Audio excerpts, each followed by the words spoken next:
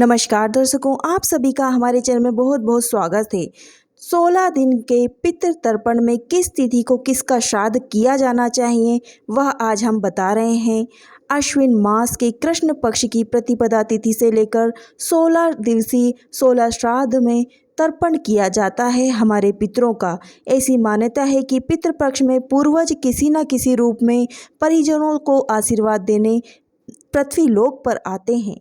इन तिथियों पर उनका श्राद्ध कर्म करना अति आवश्यक होता है। और अगर आपको अपने पितरों की श्राद्ध की तिथि में आपको ज्ञात नहीं है कि किस दिन किसका करना चाहिए, तो वह आज हम बता रहे हैं। अकाल मृत्यु हो जाती है अगर आपको पता नहीं चलता है कि वो किस दिन एक्सपायर हुए हैं, शांत हुए हैं, तो उसका भी हम यहाँ पर बताएंगे कि आपको किस दिन उनका तर्पण करना चाहिए, उनका श्राद्ध करना चाहिए।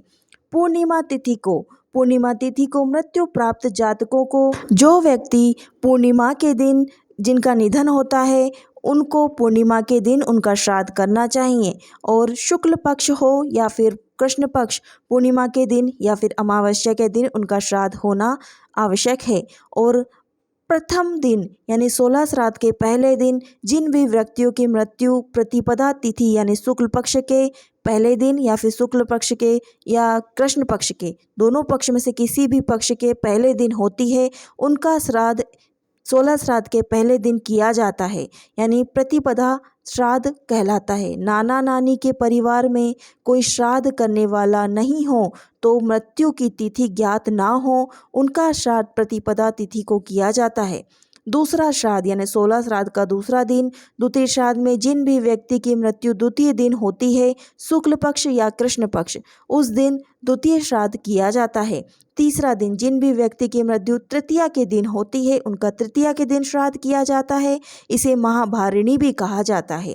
चौथा श्राद्ध शुक्ल पक्ष या कृष्ण पक्ष में दोनों में से किसी भी चतुर्थी को जिन भी व्यक्ति की मृत्यु होती है, उनका श्राद्ध चतुर्थ तिथि को किया जाता है। पांचवा श्राद्ध जिनकी मृत्यु अविवाहित स्थिति में होती है, यानी कुंवारी कन्या हो, कुंवारा वर हो, तो उनकी मृत्यु अगर पंचमी के दिन हो जाती है, तो उनका वो भी श्राद्ध भी तर्पण भी पंचमी के दिन होता है, यानी 5वें दिन होता है। छठा श्राद्ध यानी 6वीं तिथि पर जिस भी व्यक्ति की मृत्यु होती है, उनका श्राद्ध 6ठी के दिन होता है। 7वां शुक्ल पक्ष या कृष्ण पक्ष में किसी भी तिथि को, 7वीं तिथि को जो भी व्यक्ति की मृत्यु होती है, उसका श्राद्ध किया जाता है। 8वां श्राद्ध यानी निधन पूर्णिमा तिथि को हुई, जो भी उनका श्राद्ध अष्टमी द्वितीया पितृ मोक्ष अमावस्या कहलाती है, इस दिन 8वीं के दिन उनका श्राद्ध होता है। 9वीं श्राद्ध यानी 9वां दिन, यदि माता की मृत्यु हो गई हो, तो उनका श्राद्ध मृत्यु तिथि को न करके 9वीं तिथि को करना चाहिए। 9वीं के दिन श्राद्ध करने से जातक को सभी कष्टों से मुक्ति भी मिल जाती है। जिन महिलाओं की मृत्यु की तिथि मालूम ना हो, उनका भी श्राद्ध 9वीं तिथि के दिन करना चाहिए। 10वीं तिथि जिन लोगों का मृत्यु 10वें दिन हो जाती है, यानी शुक्ल पक्ष के या कृष्ण पक्ष के किसी भी 10वें दिन में हो जाती है, तो उनका श्राद्ध 10वीं में किया जाता है। एकादशी यानी 11वां दिन, या कहा जाए 11 के दिन संन्यास लेने वाले व्यक्तियों का श्राद्ध किया जाना चाहिए, यानी जो व्यक्ति मोक्ष धारण करने के लिए संन्यास ले लेते हैं, साधु संत बन जाते हैं, सन्यासी बन जाते हैं, उन लोगों का श्राद्ध एकादशी के दिन होना चाहिए। द्वादशी का श्राद्ध पिता सन्यासी हो गए हैं, उनका श्राद्ध द्वितीया के दिन किया जाना चाहिए। यही कारण है कि इस तिथि को सन्यासी श्राद्ध भी कहा जाता है। त्रयोदशी श्राद्ध, यह श्राद्ध महालय के कृष्ण पक्ष की त्रयोदशी तिथि को बच्चों का श्राद्ध किया जाता है, यानी जिसके बच्चे अकाल मृत्यु में एक्सपायर हो गए हैं, शांत हो गए हैं, जो कुंवारी कन्या में शांत हो गए हैं, छोटे बच्चे शांत हो गए हैं, तो उनका श्राद्ध त्रयोदशी के दिन होता है। चतुर्दशी जिनकी मृत्यु अकाल हुई हो, जिनकी मृत्यु अकाल होती है, यानी जल में डूबने से, जलने से, कटने से, फटने से, एक्सीडेंट की वजह से, बीमारी से, उनका चतुर्दशी के दिन श्राद्ध किया जाना चाहिए। इससे उनकी आत्मा को शांति मिलती है, उन्हें मोक्ष प्रदान होता है, वे नया जीवन जी पाते हैं।